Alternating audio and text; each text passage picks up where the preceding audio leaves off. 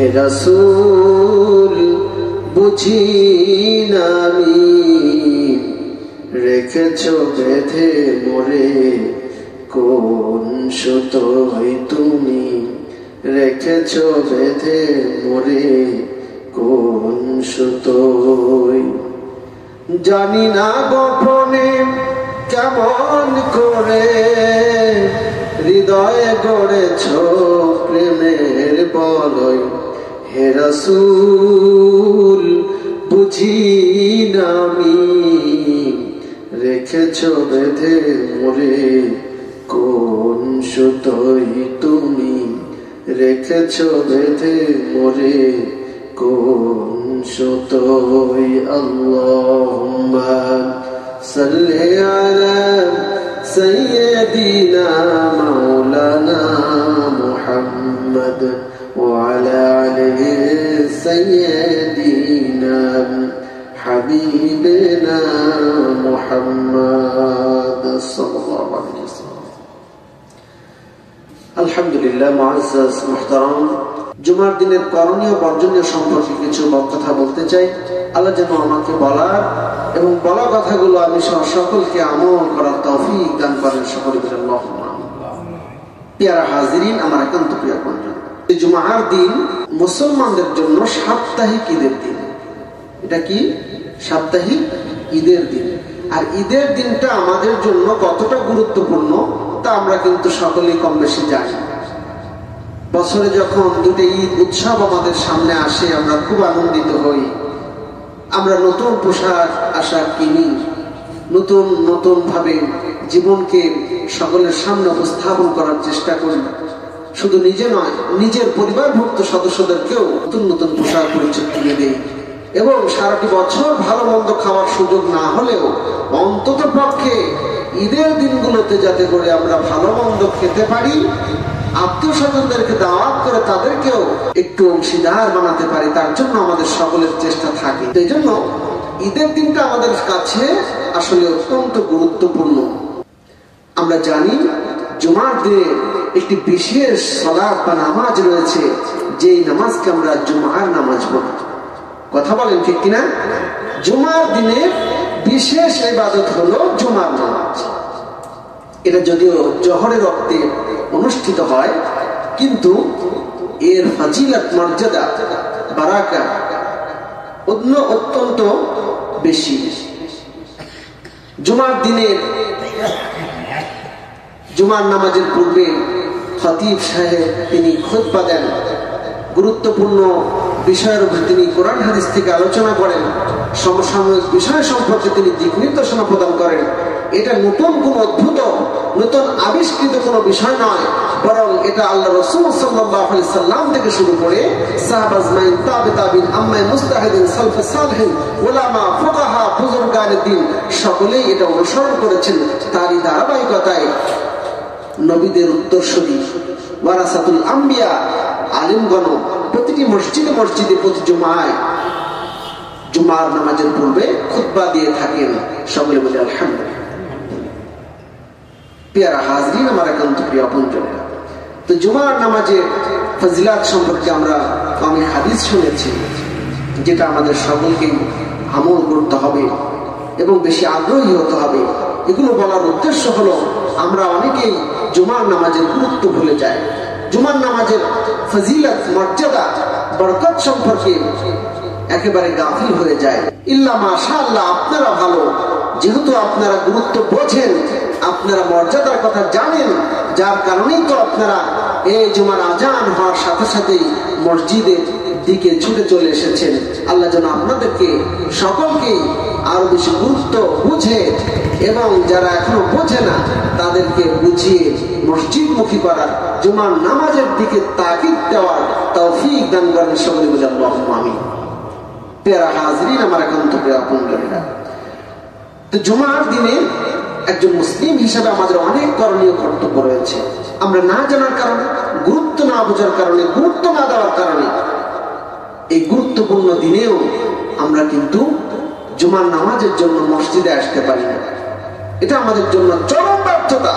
জুমার নামাজ এটা আমাদের জন্য ফরজ, এটা কোনো ওয়াজিব নফল সুন্নাত নয়, বরং এটা ফরজ নামাজ। অনেকেই দেখা যায় জুমার নামাজ না পড়ে জুমাকে কাজা করে জোহরের নামাজ পড়ে। এটা অত্যন্ত নিগৃহীত কাজ। আল্লাহ যেন আমাদেরকে সেই ক্ষতি থেকে বাঁচিয়ে দেন। জুমার নামাজের প্রতি গুরুত্ব দিয়ে আগে ভাগে জুমার নামাজে আসার তৌফিক দান করেন সকলে বলে আল্লাহুম্মা আমিন। আল্লাহ রাসূল সাল্লাল্লাহু আলাইহি ওয়াসাল্লাম বলেছেন, জুমার সালাত পরিত্যাগের অভ্যাস মানুষদেরকে অবশ্যই ছাড়তে হবে। তা না হলে আল্লাহ তাদের অন্তরের উপরে এমন মোহর মেরে দেবেন, এরপর তারা গাফিল ও মুনাফিকে পরিণত হবে। সকলে বলি নাউযুবিল্লাহ। জুমার দিনে আমাদের অন্যতম গুরুত্বপূর্ণ দায়িত্ব হলো, যখনই জুমার জন্য আজান দিয়ে দেওয়া হবে, আজান দেওয়া মানে কি? জুমার নামাজের জন্য, আল্লাহ স্মরণের জন্য আমাদেরকে আহ্বান জানানো, আমাদেরকে ডাকা। কথা বলেন ঠিক কিনা? এই জুমার আজানের মধ্য দিয়ে জুমার নামাজের জন্য, জুমার দিনের গুরুত্বপূর্ণ খুতবা শোনার জন্য আহ্বান জানানো হয়, ডাকা হয়। কথা বলেন ঠিক না বেঠিক? আল্লাহ রব্বুল আলামিন মহাগ্রন্থ আল কুরআনুল কারীমের সূরাতুল জুমার 9 নম্বর আয়াতে কারিমায় বলেছেন, ইয়া আইয়ুহাল্লাযীনা আমানু ইযা নুদিয়া লিস-সালাতি মিন ইয়াউমিল জুমআহ। হে বিশ্বাসী বান্দা, যখন তোমাদেরকে জুমার দিনে নামাজের জন্য আহ্বান জানানো হয়, ডাকা হয়, ফাসআউ ইলা যিকরিল্লাহি ওয়া যারুল বাই', তখন তোমরা আল্লাহর শরণের দিকে সমস্ত প্রকারের ক্রয় বিক্রয়কে পরিত্যাগ করে সেদিকে ছুটে এসো। সকলেই বলি সুবহানাল্লাহ। আর যদি এটা করতে পারো, তাহলে তোমাদের জন্য কি কল্যাণ নিহিত রয়েছে সেটাও জেনে নাও। আল্লাহ আদেশ শেষে বলছেন, যালিকুম খায়রুল লাকুম ইন কুনতুম তা'লামুন। আল্লাহু আকবার। আর এটাই তোমাদের জন্য কল্যাণকর, তোমাদের জন্য উত্তম, যদি তোমরা তা জানতে। আমরা অনেক কিছু জানি, আবার অনেক কিছু জানি না, কিন্তু সব কিছু একজন জানেন। সকলে জেনে থাকলে বলেন তো তিনি কে? তিনি কে? আল্লাহ। তিনি জানেন, এর জন্য তিনি নিশ্চিত ভাবে বলছেন, তোমরা যদি জুমার নামাজের জন্য জুমার দিনে আজান হলে মসজিদের দিকে নামাজের জন্য, আল্লাহর শরণের দিকে, আল্লাহর শরণের জন্য ছুটে আসতে পারো। সমস্ত রকমের জীবন জীবিকা যে সকল পথ রয়েছে, মাঠে চাষাবাদ বলো, আর ব্যবসা বাণিজ্য বলো, আর চাকরি বাকরি বলো, সমস্ত কিছু পরিত্যাগ করে যদি এই জুমার দিনে জুমার আজানের সাথে সাথে তোমরা নামাজের জন্য, আল্লাহর শরণের জন্য, কোরআন হাদিস থেকে আলোচনা খুতবা শোনার জন্য যদি ধাবিত হতে পারো, চলে আসতে পারো, এটাই তোমাদের জন্য সবচেয়ে কল্যাণকর। এটা আল্লাহ জানেন বলে আমাদেরকে জানিয়ে দিয়েছেন। সকলে বলি সুবহানাল্লাহ। প্রিয় হাজরিন, এখান থেকে আমরা সুস্পষ্ট ভাবে জানতে পারি, জুমার দিনে আজান হওয়ার সাথে সাথে আমাদের অন্যতম কর্তব্য হলো, আর কোনো কাজ কাম নেই, সমস্ত কাজ কাম ফেলে একমাত্র জুমার নামাজের জন্য আল্লাহ স্মরণের দিকে ধাবিত হয়ে মসজিদে ছুটে চলে আসা। এটা আমাদের সবচেয়ে বড় কর্তব্য। আমার মেসেজ হলো, এই যে কথা আপনাদেরকে আমি বললাম, এই কথাটা আপনারা বিশুদ্ধভাবে জানলেন, কোরআন থেকে জানলেন। আপনাদের করণীয় কর্তব্য হলো, আপনার পরিবারভুক্ত যারা মসজিদে আসার মতো, আপনার সমাজের যে সকল মানুষগুলো মসজিদে আসার মতো, আপনার আপনজন, আত্মীয় স্বজন, বন্ধু বান্ধবদের মধ্যে যারা মসজিদে আসার মতো, জুমার নামাজে আপনি আসার পাশাপাশি তাদেরকেও ডাকবেন, তাদেরকেও বুঝিয়ে বলবেন, যাতে করে তারাও এই মর্যাদা বুঝতে পারে, এর গুরুত্ব বুঝতে পারে এবং ফজিলত লাভে ধন্য হতে পারে। আল্লাহ যেন সকলকে এই তৌফিক দান করেন। সকল বলে আল্লাহুম্মা আমিন। প্রিয় হাজরিন, আমার একান্ত প্রিয়জনেরা, জুমার নামাজের জন্য আমাদেরকে তো আসতেই হবে, তবে আরো কিছু গুরুত্বপূর্ণ সুন্নাহ রয়েছে। তার মধ্যে আমি মসজিদে আসার পূর্বে আজান শোনার সাথে সাথে বা আজানের আগেও হতে পারে, আমি সুন্দর করে উত্তম রূপে জানাবাদের গোসলের ন্যায় গোসল করব। সুন্নাহ সম্মত নতুন বা পরিচ্ছন্ন পোশাক পরিচ্ছদ পরব। এরপরে আরেকটি করণীয় হলো সুগন্ধি ব্যবহার করব। তারপরে আমাদের অন্যতম কর্তব্য হলো আমরা যদি বাড়ি থেকে মসজিদে হেঁটে হেঁটে আসতে পারি তাহলে এটা আমাদের জন্য অতিরিক্ত একটি সওয়াবের কারণ হবে, অতিরিক্ত একটি ফজিলত আমরা অর্জন করতে পারবো। আল্লাহ রাসূল সাল্লাল্লাহু আলাইহি ওয়াসাল্লাম বলেছেন, মান খাবারা কদমাহা ফি সাবিলিল্লাহ হারামাল্লাহু আলাইহিন নার। যার পদদয় আল্লাহর রাস্তায় ধুলি ধূসরিত হয়, ধুলিতে মলিন হয়, ধুলায় মলিন হয়, তার ওই পদদয় ওই পা যুগলকে আল্লাহ পাক রব্বুল আলামিন জাহান্নামকে হারাম করে দেন। সকলে বলি সুবহানাল্লাহ।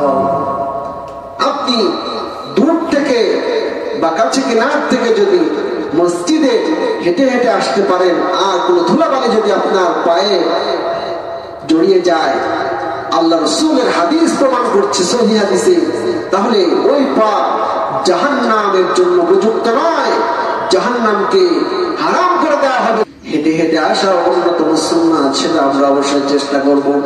কিন্তু যদি অতিরিক্ত দূরে হয় আর যদি আপনার আসতে কষ্ট হয় সেক্ষেত্রে আপনি অবশ্যই যানবাহন ব্যবহার করতে পারেন। এটা আপনার জন্য নাজায়েজ না, ভুল বুঝবেন না। কিন্তু যদি সুযোগ থাকে পায়ে হেঁটে হেঁটে আসাটা অন্যতম একটি ফজিলতের কারণ হবে আপনারা, এজন্য সেদিকে আমরা লক্ষ্য করব।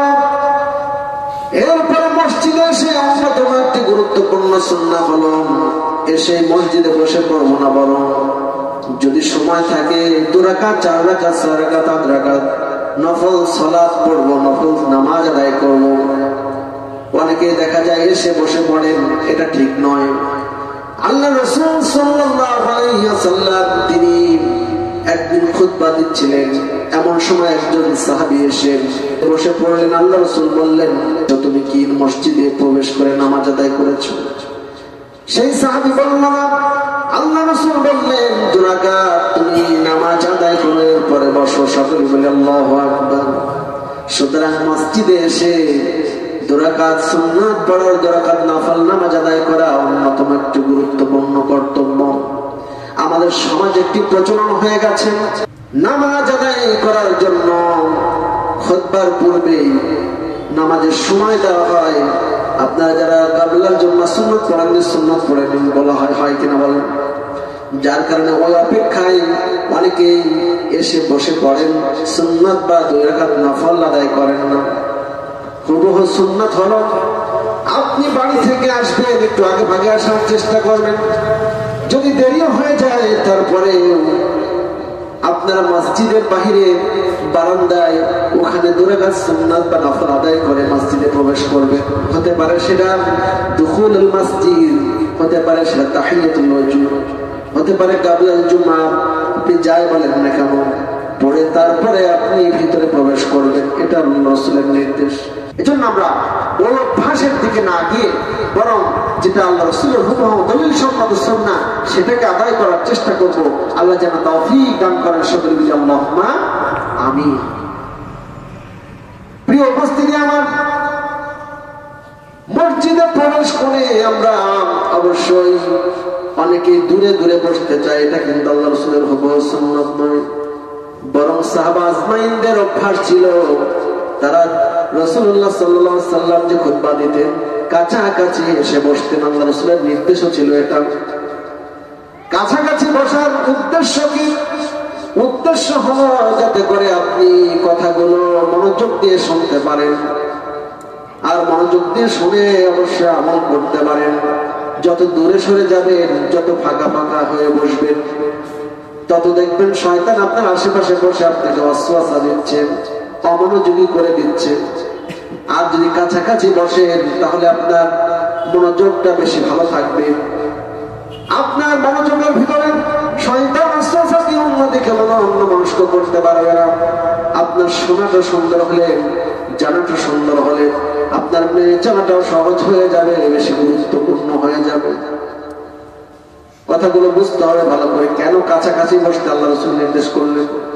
কিন্তু একটা কথা মনে রাখতে হবে, আপনি আপনি আমি যদি পরে আসি আর অন্যজনের ঘাড়ের উপর ডিঙিয়ে ওই জায়গা সামনের জায়গা বসতে চাই, এটা কিন্তু আল্লাহ রাসূলের নিষেধাজ্ঞা রয়েছে। দেখেন, ইসলাম কত ব্যালেন্স পূর্ণ ধর্ম। একদিক থেকে আপনাকে খতিব ইমামের নিকটবর্তী হয়ে বসতে বলা হয়েছে, কিন্তু আপনি পরে এসেছেন, আপনাকে কিন্তু আরেকজনের ঘাড় ডিঙিয়ে সামনে আসার কথা নিষেধ করা হয়েছে। এজন্য আপনি যেখানে সামনের দিকে জায়গা ফাঁকা পাবেন সেখানে বসে যাবেন, এটা ইসলামের নির্দেশ। আরেকজনকে কষ্ট দিয়ে আপনি সামনে আসতে পারেন না, বরং যেখানে সামনে ফাঁকা পাবেন সেই জায়গাটা পূরণ করে আপনার দায়িত্ব। দেখুন, খুতবা হলো বক্তব্য, বক্তৃতা, আলোচনা, ওয়াজ, নসিহত।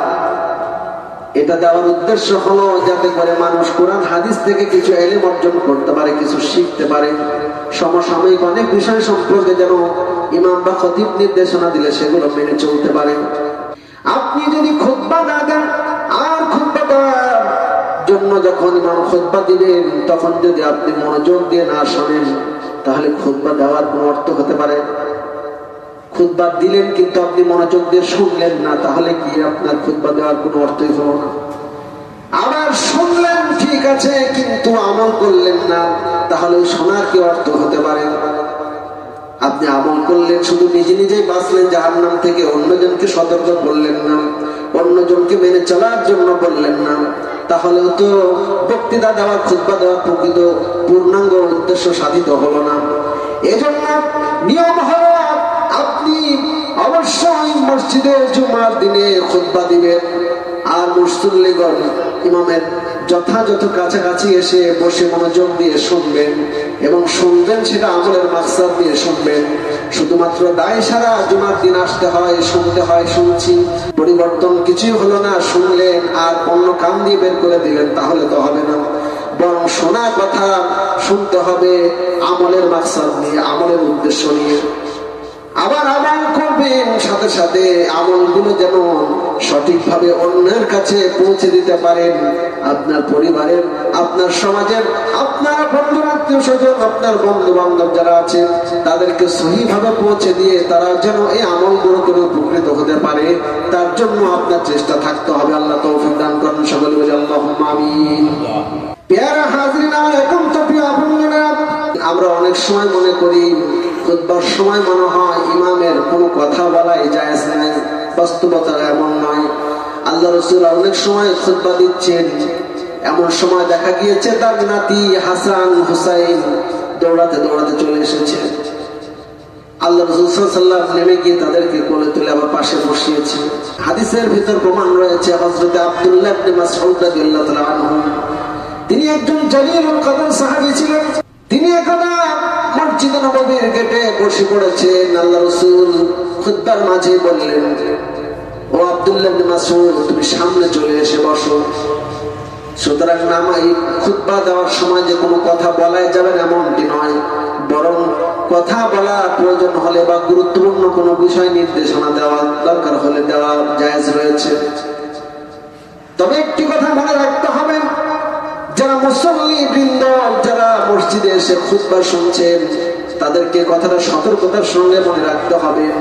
আল্লাহ রাসূল বলেছেন, যদি কেউ জুমার দিনে উত্তম রূপে গোসল করেন, সুন্দর উত্তম পোশাক পরিচ্ছদ পরেন, সুগন্ধি মাখে পায়ে হেঁটে মসজিদে আসেন এবং মসজিদে এসে খুতবা শোনার জন্য ইমামের নিকটবর্তী হয়ে বসে যায়, মনোযোগ দিয়ে যদি কথা শ্রবণ করেন আর যদি কোনো রকমের কোনো কথাবার্তা না বলেন, তার জন্য এক জুমা থেকে আরেক জুমা 7 দিন। অন্য একটা হাদিসে আছে এই 7 দিন নয় শুধু, বরং আরো 3 দিন তথা 10 দিন তার হয়ে যাওয়া সগীরা গুনাহগুলো আল্লাহ মাফ করে দেন। সকলে বলি সুবহানাল্লাহ।